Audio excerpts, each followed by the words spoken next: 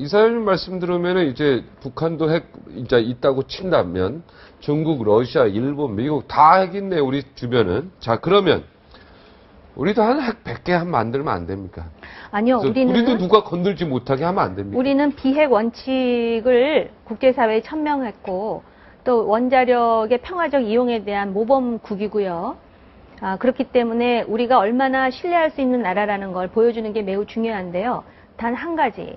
지금 그 북한 핵과 관련해 가지고 이제 4차 핵실험의 가능성이 올라가면서 미국의 소위 이제 그 국가정보국장이 우리나라를 방문해서 이 문제에 대해서 지금 논의한 것으로 지금 알려지고 있는데요. 결국 그렇다면은 과연 미국의 핵우산 공약, 그 다음에 4차 핵실험을 할 때 그러면 중국은 북한을 어떻게 예방할 것이며 이런 문제에 대해서 우리가 지금 그 발상의 전환 내지는 역발상 내지는 창조적 발상으로 하지 않고 관행대로 이제 핵실험하면 또 국제회의에서 뭐 유엔에서의 어떤 제재라든지 이런 식의 어떤 상투적인 대안만 모색하다 보면은 안 되죠. 우리의 입지가 더 낮아질 수가 있죠. 네. 그래서 사실 이거는 전부 개인 소견입니다. 네, 개인 소견. 중요한 얘기 하실 것 같습니다. 앞에 개인 소견입니다 붙었으니까. 예. 그 오해가 있는데요. 네. 1991년에 우리나라에 있던 미국의 전술 핵무기를 철수할 때는 한반도의 비핵화를 전제로 했기 때문에 그런데요.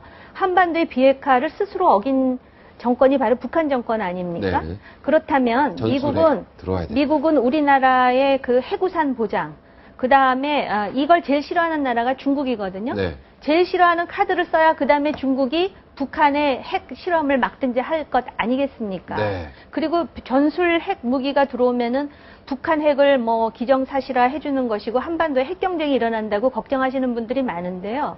일리 있는 말씀이에요.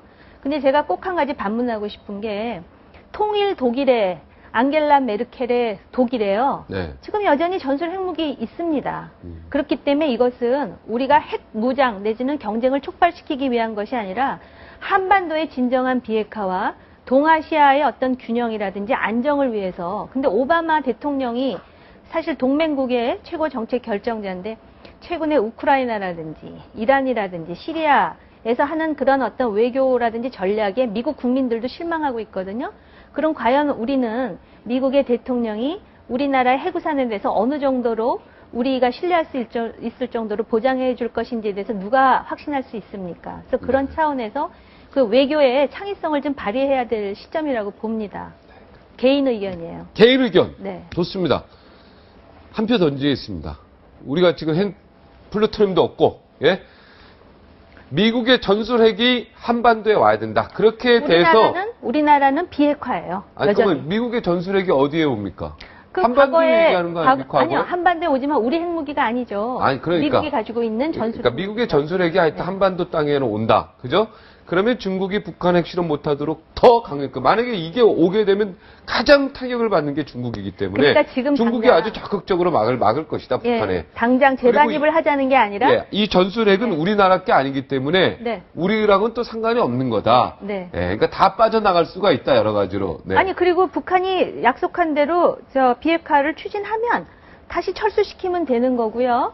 그 다음에 이걸 지금 당장 들여오자는 게 아니라 4차 핵실험을 할까봐 다들 전전긍긍하고 있잖아요. 네. 만약에 4차 핵실험을 한다면 이렇게 하겠다라는 미국의 의지를 보여줄 때가 됐다. 왜? 오바마 행정부에 이르러서 북한이 만약에 4차 핵실험까지 하면은요, 3번의 핵실험을 오바마 행정부 때 하는 거예요. 네. 그러니까는 오바마 행정부도 부담을 크게 느껴야 되는 사안이라고 생각한다는 것이죠. 네.